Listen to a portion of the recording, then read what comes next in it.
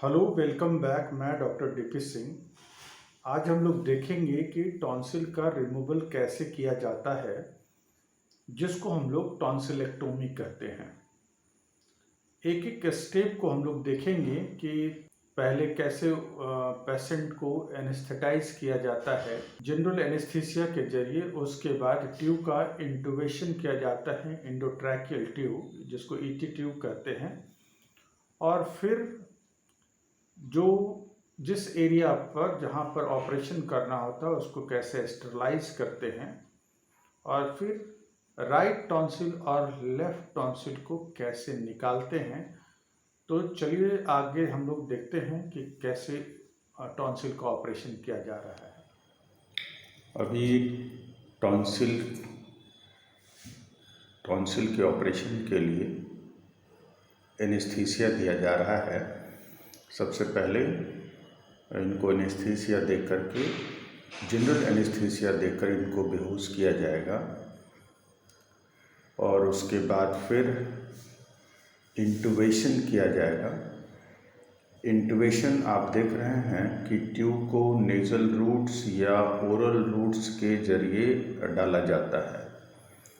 अभी nasal root से कोशिश कर रहे हैं डालने के लिए। अगर नेज़ल रूट से चला जाता है तो ठीक है, नहीं तो फिर इसमें ओरल रूट से भी डाल सकते हैं। ये रिस्पिरेटरी सिस्टम को सिक्योर करता है। अभी देखिए, ओरल रूट्स के जरिए ट्यूब को डाल दिया गया है ट्रेकिया में। अब स्टरलाइजेशन की प्रक्रिया हो रही है। जो ओरल एरिया है वहाँ पर बीटाडीन के जरिए पेंट किया जा रहा है, जिससे कि किसी तरह की कोई इन्फेक्शन ना रहे और जहाँ पर टॉन्सिल रिमूवल हो रहा है वहाँ कोई इन्फेक्शन ना जाए। तो अच्छी तरह से एक बार दो बार बीटाडीन से पेंट किया जाता है कि किसी तरह का कोई इन्फेक्शन वहाँ ना रहे। इसके बाद जो नेक्स्ट प्रक्रिया होता है, कवर करने की प्रक्रिया होती है। स्टरलाइज क्लॉथ के जरिए जितने भी अनस्टरलाइज पार्ट है, जैसे हेयर है, हेड के जो नेक्स्ट एरिया है, उसको कंप्लीट रूप से कवर कर देते हैं, जिससे किसी तरह के कोई भी इंस्ट्रूमेंट कंटामिनेटेड ना हो और कोई इन्फेक्शन के चांसेस ना हो, जिसको ड्रैपिंग कहते हैं।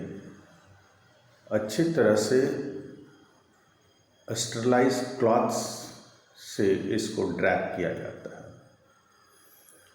अब नेक्स्ट आगे के पोर्शन को कंप्लीट रूप से कवर करते हैं, इसलिए कि क्लॉथ उनका था, पेशेंट के क्लॉथ है जो अनस्टरलाइज है। अब स्टरलाइज क्लॉथ से देखिए कवर किया गया है।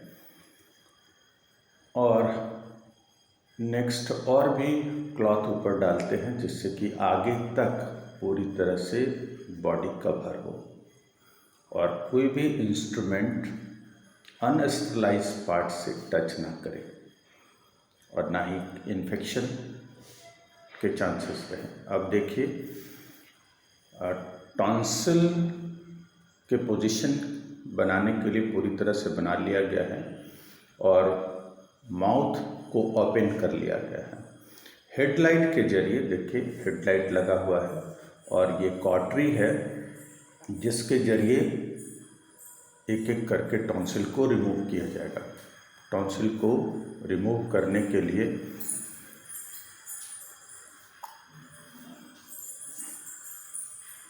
यहाँ पर बराबर सक्शन और बाइपोलर कॉटरी का इस्तेमाल किया जाता है।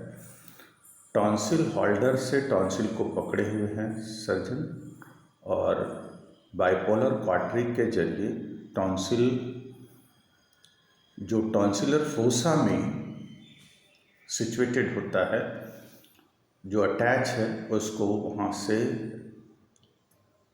रिमूव किया जा रहा है।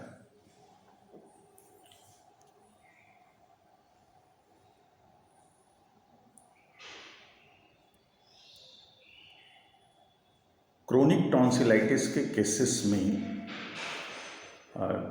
टॉन्सिल को छुड़ाने में हो सकता है ब्लीड करता हो, इसीलिए बार बार मॉपिंग किया जाता है। वहाँ पर पीनट स्वाब से लेफ्ट वाला रिमूवल हो गया है। अब राइट वाले देखें, टॉन्सिल को नीचे से जो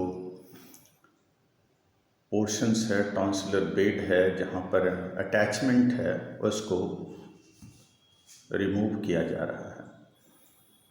क्रोनिक टॉन्सिलाइटिस में थोड़ा सा ब्लीड होने के चांसेस होते हैं और काफ़ी एडेजन होता है, इसीलिए ब्लीडिंग ज़्यादा होता है। प्लेन जो एरिया है उसको रिमूव करने में थोड़ा दिक्कत होता है, लेकिन इजली हो जाता है कॉटरी के जरिए। देखिए, टॉन्सिलर होल्डर से टॉन्सिल को पकड़े हुए हैं और बाइपोलर कॉटरी से जो एडेजन है उसको छुड़ाया जा रहा है। ऑलमोस्ट लगभग हो चुका है। राइट साइड के भी टॉन्सिल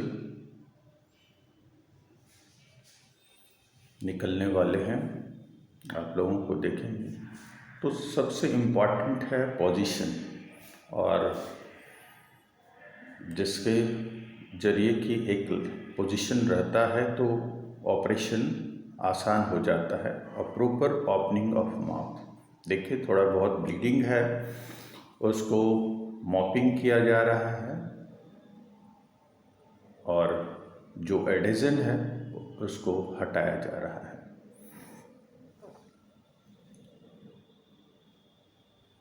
ये टेक्निक के जरिए बहुत ही जल्दी और लेस ब्लीडिंग के जरिए ये ऑपरेशन कंप्लीट हो जाता है। देखिए, ऑलमोस्ट टॉन्सिल रिमूवल हो चुका है। आप देखिए, यहाँ पर दोनों टॉन्सिल है, right tonsil and left tonsil. देख लीजिए, नॉर्मल सलाइन में इसको रखा गया है। इसके बाद फिर इसके जो नेक्स्ट प्रोसेस हैं वो है इसकी बायोप्सी के लिए इसको भेजा जाएगा। और राइट टॉन्सिल और लेफ्ट टॉन्सिल को देखिए अलग अलग कंटेनर में प्रिजर्व किया गया है और इसकी बायोप्सी होगी। ये पता चलेगा कि कौन सी बीमारी थी, इसके अंदर क्रोनिक टॉन्सिलाइटिस है या फिर कुछ और। धन्यवाद।